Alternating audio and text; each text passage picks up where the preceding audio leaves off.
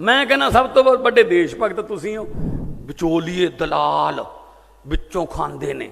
मैं खुद जिमींदारां दा मुंडा, मैं पार्लीमेंट च दस्सिया मैं कहा की हुंदे ने आड़ती, और सबसे ज्यादा मार उसी को पड़ती है। और आज कह के जा रहा हूं यहां पे जो टैक्स बंद करेंगे, और उनको भी कह रहा हूं कि अभी बंद कर दो, ज्यादा अच्छा है। किसी भी मुख्यमंत्री को देख लो देश भर में, वो बड़े बड़े सम्मेलन करते हैं, उसमें बड़े बड़े इंडस्ट्रियलिस्ट को बुलाते हैं, बड़े बड़े साहूकारों को बुलाते हैं और कहते हैं अब इतने करोड़ का इन्वेस्टमेंट होएगा। अरे जो इन्वेस्टमेंट हो गया उसको तो बचा लो। पंजाब के मुख्यमंत्री दिल्ली ते दिल्ली के मुख्यमंत्री पंजाब दे विच घूम रहे ने। चरणजीत सिंह चन्नी गेड़े ते गेड़ा दिल्ली दा ला रहे ने, पर जिहड़े मुख्यमंत्री अरविंद केजरीवाल ने दिल्ली दे ओ 2 दिन पंजाब दौरे ते पहुंचे हुए ने। कल किसानां नूं मिले सी मानसा दे विच ते अज बठिंडा दे विच व्यापारियां नूं मिले ने। की वड्डे ऐलान कीते ने, उस दे नाल इह भी तुहानूं दस दईए कि इस वारी मीडिया हैगा जिहड़ा उस दे नाल काफ़ी तलखी है जिहड़ी ओह केजरीवाल दे लाम लश्कर दी बनी हुई है। संगरूर दे विच जिहियां तस्वीरां सामने आईयां सी ते मानसा तो भी किसानां दे नाल जदों गलबात कीती केजरीवाल ने तां पत्रकारां ने जिहड़ियां अंदरलियां खबरां बाहर कढियां सी। सो हुण बठिंडे विच पहुंच के अरविंद केजरीवाल ने व्यापारियां दे नाल की वादे दावे कीते ने ओह तुहानूं दसदे हां। केजरीवाल ने कहा कि पंजाब नूं बुलंदियां ते किवें लिजाणा इह पंजाब दे ही लोक सानूं दस्सणगे। पंजाब दे विच व्यापारियां दे नाल वड्डे दावे करदिआं वड्डे वादे करदिआं उन्हां कहा कि इंस्पैक्टर राज पंजाब दे विच खत्म कर देवांगा, व्यापारी नूं किसे नूं तंग नहीं कीता जाएगा, बिजली दा पावर कट है जिहड़ा ओह बंद किया जाएगा। दिल्ली कहते पूर्ण राज नहीं सी नहीं है, पंजाब संपूर्ण राज है, इसलिए असीं इत्थे काम कर सकते हैं। दिल्ली वांगू 24 घंटे पंजाब नूं बिजली सप्लाई देंगे, सारे वैट दे रिफंड जो रुके हुए ने वो सरकार बंद ते देवांगे। बठिंडे दे विच जो टैक्स नूं बंद करांगे, जो टैक्स जे किसी नूं बठिंडे वालिआं नूं तां शायद पता ही होएगा कि जो किहदा नाम है, यानी कि ये टैक्स का नाम लैके अरविंद केजरीवाल ने सीधे तौर पर वित्त मंत्री मनप्रीत बादल ते तिखे निशाने लाए ने, क्योंकि जो नाम का जिहड़ा व्यक्ति है वह मनप्रीत बादल का रिश्तेदार है। पंजाब की मिलके तरक्की करांगे, डर का माहौल खत्म करांगे। चन्नी ने कहते कहा है कि इंस्पैक्टरी राज खत्म करांगा तां फिर करन, पर नीयत साफ नहीं है, चाहण तां हो सकता है। केजरीवाल ने कहा चन्नी साहब तुहाडे कोल 5 महीने पे ने, जे तुसीं चाहो तां इंस्पैक्टरी राज खत्म कर सकते हो, उद्योग भी बचा सकते हो। पंजाब दे 2 पहिए ने, किसान ते उद्योग, दोवें चलने चाहिए ने। पंजाब अंदर किसान ते उद्योग की क्रांति करांगे ते पूरा देश देखेगा। अजिहे दावे वादे केजरीवाल ने कीते ने। मसला सारा 2022 चोणां दा है। जब चुनाव आते हैं तो पार्टियों को जनता की याद आती है, 5 साल तो जनता की याद आती नहीं है। फिर जब जनता की याद आती है तो अपने कमरे में बैठ के फिर कुछ मैनिफेस्टो बनाते हैं। तो ये छोटा व्यापारी जो है, वो छोटा व्यापारी हमारे देश की अर्थव्यवस्था की रीढ़ की हड्डी है, और सबसे ज्यादा मार उसी को पड़ती है।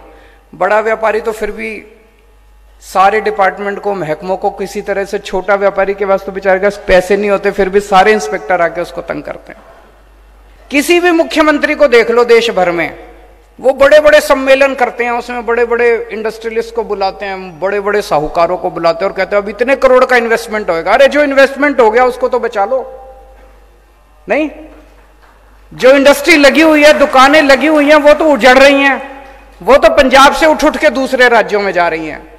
जो इंडस्ट्री यहां लगी थी अब वो उठ के दूसरे राज्यों में जा रही हैं, वो तो बच नहीं रही, वो तो बंद होती जा रही हैं, और हम नई इंडस्ट्री की बात कर रहे हैं। मेरे पास कल कुछ व्यापारी आए शाम को मिलने के लिए, उन्होंने भी यही बात कही। बोले जी पिछले कुछ दिनों में 4 मर्डर हो चुके हैं बठिंडा में, पूरी तरफ चारों तरफ फिरौतियों का माहौल है, व्यापारी डरा हुआ है, स्नैचिंग हो रही है। शाम अगर कोई घर से बाहर निकलता है तो चारों तरफ देखता है कि कोई मेरा पीछा तो नहीं कर रहा। एक जो टैक्स करके भी है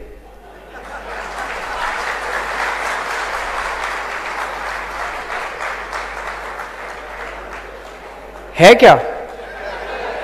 है भाई साहब, दिल्ली के अंदर रिश्वत कम नहीं हुई थी, बंद हो गई थी रिश्वतखोरी।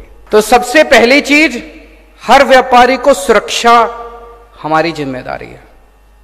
हर व्यापारी को सुरक्षा देंगे, डरने की जरूरत नहीं है, डर के व्यापार नहीं करना, खूब तरक्की करो। आपसी भाईचारा होना चाहिए, अमन होना चाहिए, शांति होना चाहिए। ये जो हफ्ते का सिस्टम है इससे मुक्ति दिलाएंगे, ये जो महीने का सिस्टम है इससे मुक्ति दिलाएंगे, इंस्पेक्टर राज से मुक्ति दिलाएंगे। करके दिखाया है। दिल्ली के अंदर रेड राज बंद कर दिया, इंस्पेक्टर राज बंद कर दिया। और आज कह के जा रहा हूं यहां पे जो टैक्स बंद करेंगे, और उनको भी कह रहा हूं कि अभी बंद कर दो, ज्यादा अच्छा है। आप लोगों ने कांग्रेस पार्टी को पता नहीं कितने मौके दिए कि 10-12 बार तो बना ही दी होगी सरकार, और अकाली बीजेपी वालों को भी कितने मौके दिए, उनकी भी कई बार बना दी होगी सरकार। आपसे एक मौका मांगने आया हूं, बस एक मौका आम आदमी पार्टी को देके देखो। दिल्ली के व्यापारी पहले कहा जाता था सारे बीजेपी के होते थे, 5 साल के अंदर सारे आम आदमी पार्टी के हो गए। ਅਰਵਿੰਦ ਕੇਜਰੀਵਾਲ ਦੀ ਇਸ ਫੇਰੀ ਦੇ ਦਰਮਿਆਨ ਉਹਨਾਂ ਦੇ ਨਾਲ ਲਗਾਤਾਰ ਭਗਵੰਤ ਮਾਨ, ਰਾਘਵ ਚੱਡਾ ਤੇ ਹਰਪਾਲ ਸਿੰਘ ਚੀਮਾ ਮੌਜੂਦ ਰਹੇ ਨੇ। ਭਗਵੰਤ ਮਾਨ ਨੇ ਵੀ ਇੱਥੇ ਵਪਾਰੀਆਂ ਨੂੰ ਸੰਬੋਧਨ ਕੀਤਾ। ਭਗਵੰਤ ਮਾਨ ਨੇ ਤਾਂ ਕਾਰੋਬਾਰੀਆਂ ਨੂੰ ਸਭ ਤੋਂ ਵੱਡਾ ਦੇਸ਼ ਭਗਤੀ ਕਹਿ ਦਿੱਤਾ। ਕਹਿੰਦੇ ਸਭ ਤੋਂ ਵੱਡੇ ਦੇਸ਼ ਭਗਤ ਨੇ ਕਿਉਂਕਿ ਸਭ ਤੋਂ ਵੱਧ ਟੈਕਸ ਦਿੰਦੇ ਨੇ। ਕਹਿੰਦੇ ਮੋਦੀ ਵਾਂਗੂ ਇੱਥੇ ਵੀ ਤੁਹਾਡੀ ਕੋਈ ਗੱਲ ਨਹੀਂ ਸੁਣਦਾ, ਤੁਹਾਡੇ ਮਨ ਦੀ ਕੋਈ ਗੱਲ ਨਹੀਂ ਸੁਣਦਾ, ਤੇ ਅਰਵਿੰਦ ਕੇਜਰੀਵਾਲ ਤੁਹਾਡੇ ਮਨ ਦੀ ਗੱਲ ਸੁਣਨ ਪੰਜਾਬ ਆਉਂਦੇ ਨੇ। ਅਸੀਂ ਤੁਹਾਡੇ ਤੋਂ ਲਾਲ ਪੀਲੀਆਂ ਥੈਲੀਆਂ ਲੈਣ ਨਹੀਂ ਆਏ, ਤੁਹਾਡੇ ਦੁੱਖ ਦਰਦ ਸੁਣ ਆਏ ਹਾਂ। ਉਹਨਾਂ ਕਿਹਾ ਕਿ ਪੰਜਾਬ ਦੇ ਲੀਡਰਾਂ ਨੇ ਵਪਾਰੀਆਂ ਨੂੰ ਡਰਨ ਲਾ ਦਿੱਤਾ। ਲੋਕਾਂ ਨੂੰ ਡਰਾਉਣ ਵਾਸਤੇ ਸਰਕਾਰਾਂ ਨਹੀਂ, ਲੋਕਾਂ ਦੇ ਕਾਰੋਬਾਰ ਵਧਾਉਣ ਵਾਸਤੇ ਸਰਕਾਰਾਂ ਹੁੰਦੀਆਂ ਨੇ। ਉਹਨਾਂ ਵੀ ਇਹੀ ਕਿਹਾ ਕਿ ਨੀਅਤ ਸਾਫ਼ ਹੋਵੇ ਤਾਂ ਸਭ ਕੁਝ ਹੋ ਸਕਦਾ ਹੈ। ਭਗਵੰਤ ਮਾਨ ਨੇ ਕਿਹਾ ਕਿ ਕਾਰੋਬਾਰੀ ਜੋ ਵੀ ਸਾਨੂੰ ਰੋਡ ਮੈਪ ਦੱਸਣਗੇ ਉਸਨੂੰ ਫੋਲੋ ਕੀਤਾ ਜਾਏਗਾ। ਸੋ ਲੀਡਰ ਜਿਹੜੇ ਇੱਥੇ ਕਹਿੰਦੇ ਨੇ ਕਿ ਅਸੀਂ ਤੁਹਾਡੇ ਮਨ ਦੀ ਗੱਲ ਸੁਣਨਾ ਆ, ਪਰ ਇੱਥੇ ਸਵਾਲ ਵੀ ਉੱਠਦਾ ਕਿ ਮਨ ਦੀ ਗੱਲ ਸੁਣਨ ਦਾ ਟਾਈਮ 5ਵੇਂ ਸਾਲ ਜਾ ਕੇ ਕਿਉਂ ਲੱਗਦਾ? ਜਦੋਂ ਕੋਈ ਵੀ ਸਰਕਾਰ ਰਾਜ ਕਰ ਰਹੀ ਹੁੰਦੀ ਹੈ ਤਾਂ ਅਖੀਰਲੇ ਸਾਲ ਹੀ ਕਿਉਂ ਲੋਕਾਂ ਦਾ ਖਿਆਲ ਆਉਂਦਾ ਹੈ? ਕਿਉਂ ਜਿਹੜਾ ਹੈਗਾ ਲੋਕਾਂ ਦੇ ਦੁੱਖ ਦਰਦ ਪਹਿਲਾਂ ਨਹੀਂ ਸੁਣੇ ਜਾਂਦੇ? ਜਿਵੇਂ ਭਗਵੰਤ ਮਾਨ ਕਹਿ ਰਹੇ ਨੇ ਕਿ ਅਸੀਂ ਲਾਲ ਪੀਲੀਆਂ ਥੈਲੀਆਂ ਲੈਣ ਨਹੀਂ ਆਏ, ਯਾਨੀ ਕਿ ਪੈਸੇ ਲੈਣ ਨਹੀਂ ਆਏ, ਤੁਹਾਡੇ ਦੁੱਖ ਦਰਦ ਸੁਣਨ ਆਏ ਆ। ਹੁਣ ਕੱਲਾ ਕਿਸਾਨ ਨਹੀਂ, ਹੁਣ ਵਪਾਰੀਆਂ ਦੀਆਂ ਖੁਦਕੁਸ਼ੀਆਂ ਦੀ ਵੀ ਖਬਰ ਆਉਂਦੀ ਹੈ। ਬਠਿੰਡੇ 'ਚ ਹੋਇਆ, ਪੂਰਾ ਪਰਿਵਾਰ ਹੋਇਆ। ਤੁਹਾਨੂੰ ਚੋਰ ਸਮਝਦੇ ਆ, ਟੈਕਸ ਵੀ ਸਭ ਤੋਂ ਵੱਧ ਦਿੰਦੇ ਹੋ, ਚੋਰ ਵੀ ਕਹਾਉਂਦੇ ਹੋ। ਮੈਂ ਕਹਿੰਦਾ ਸਭ ਤੋਂ ਵੱਡੇ ਦੇਸ਼ ਭਗਤ ਤੁਸੀਂ ਹੋ ਕਿ ਤੁਸੀਂ ਕੰਮ ਵੀ ਦਿੰਦੇ ਹੋ, ਰੋਜ਼ਗਾਰ ਦਿੰਦੇ ਹੋ, ਟੈਕਸ ਦਿੰਦੇ ਹੋ। ਤੁਹਾਡੇ ਤੋਂ ਵੱਡਾ ਦੇਸ਼ ਭਗਤ ਕੌਣ ਹੈ ਯਾਰ? ਲੁਧਿਆਣੇ ਦੇ ਵਪਾਰੀਆਂ ਨੂੰ ਮਿਲੇ, ਜਲੰਧਰ ਦੇ ਵਪਾਰੀਆਂ ਨੂੰ ਮਿਲੇ, ਅੰਮ੍ਰਿਤਸਰ ਦੇ ਵਪਾਰੀਆਂ ਨੂੰ ਮਿਲੇ, ਆਹੀ ਰੋਣਾ ਉਹਨਾਂ ਦਾ। ਮਾਰੇ ਗਏ ਜੀ, ਪੱਟੇ ਗਏ ਜੀ, ਸਾਨੂੰ ਤਾਂ ਕੁਝ ਮਿਲਦਾ ਹੀ ਨਹੀਂ ਜੀ, ਸਰਕਾਰਾਂ ਸਾਡੇ ਤੇ ਪਾਬੰਦੀਆਂ ਲਾਉਂਦੀਆਂ ਨੇ ਜੀ। There is no industrial policy at all in Punjab, no education policy at all in Punjab.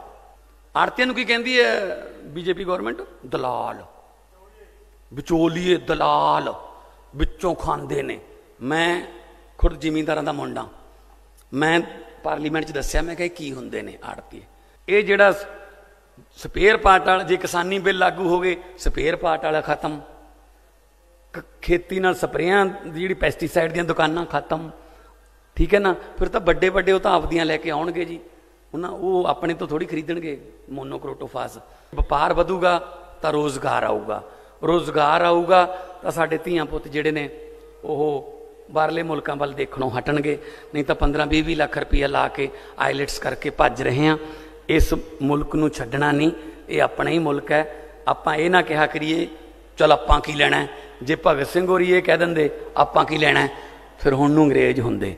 ਆਪਾਂ ਕਿਉਂ ਨਹੀਂ ਲੈਣਾ ਯਾਰ? ਆਪਾਂ ਹੀ ਲੈਣਾ, ਆਪਾਂ ਹਿਸਾਬ ਲੈਣਾ।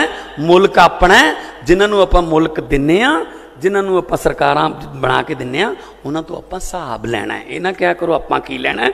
ਨਾ ਪੰਜਾਬ ਨੂੰ ਕੈਲੀਫੋਰਨੀਆ ਬਣਾਉਣ ਦੀ ਲੋੜ ਹੈ, ਸਾਨੂੰ ਸਾਡਾ ਪੰਜਾਬ ਮੋੜ ਦਿਓ। ਸੋ ਕੇਜਰੀਵਾਲ ਦੀ ਇਸ 2 ਦਿਨਾਂ ਫੇਰੀ ਦੇ ਦਰਮਿਆਨ ਕੋਈ ਬਹੁਤੇ ਵੱਡੇ ਐਲਾਨ ਤਾਂ ਆਪ ਸੁਪਰੀਮੋ ਦੇ ਵੱਲੋਂ ਨਹੀਂ ਕੀਤੇ ਗਏ। ਜਿਵੇਂ ਪਹਿਲਾਂ ਆਉਂਦੇ ਸੀ, ਇੱਕ ਵੱਡਾ ਜਿਹੜਾ ਮਾਹੌਲ ਤਿਆਰ ਕੀਤਾ ਜਾਂਦਾ ਸੀ, ਮਾਹੌਲ ਕ੍ਰੀਏਟ ਕੀਤਾ ਜਾਂਦਾ ਸੀ ਕਿ ਅਰਵਿੰਦ ਕੇਜਰੀਵਾਲ ਗਰੰਟੀ ਲੈ ਕੇ ਆ ਰਹੇ ਨੇ ਪੰਜਾਬੀਆਂ ਦੇ ਲਈ। ਪਹਿਲਾਂ ਬਿਜਲੀ ਦੀ ਗਰੰਟੀ ਲੈ ਕੇ ਆਏ ਸੀ, ਫਿਰ ਸਿਹਤ ਨੂੰ ਲੈ ਕੇ ਜਿਹੜੀਆਂ ਸਹੂਲਤਾਂ ਦੀ ਗਰੰਟੀ ਲੈ ਕੇ ਆਏ ਸੀ। ਇਸ ਤੋਂ ਬਾਅਦ ਇੱਕ ਹੋਰ ਦੌਰਾ ਪਿਛਲੇ ਦਿਨ ਹੀ ਉਹਨਾਂ ਨੇ ਕੀਤਾ ਸੀ, ਉਹ ਵੀ ਇੱਕ ਛੋਟਾ ਜਿਹਾ ਦੌਰਾ ਸੀਗਾ, ਵਪਾਰੀਆਂ ਦੇ ਨਾਲ ਹੀ ਗੱਲਬਾਤ ਕਰਕੇ ਚਲੇ ਗਏ ਸੀ। ਤੇ ਹੁਣ ਵੀ ਵਪਾਰੀਆਂ ਨੂੰ ਰੱਖਿਆ ਗਿਆ ਮੁੱਖ, ਪਰ ਕਿਸਾਨਾਂ ਦੇ ਨਾਲ ਕੱਲ ਜਿਹੜੀ ਗੱਲਬਾਤ ਕੀਤੀ ਗਈ ਹੈ, ਕਿਸਾਨ ਸੰਤੁਸ਼ਟ ਨਹੀਂ ਹੋਏ। ਕਿਸਾਨਾਂ ਦੇ ਸਵਾਲਾਂ ਦਾ ਅਰਵਿੰਦ ਕੇਜਰੀਵਾਲ ਸੰਤੁਸ਼ਟੀਜਨਕ ਜਵਾਬ ਦੇ ਹੀ ਨਹੀਂ ਪਾਏ, ਟਾਲਾ ਵੱਟ ਗਏ।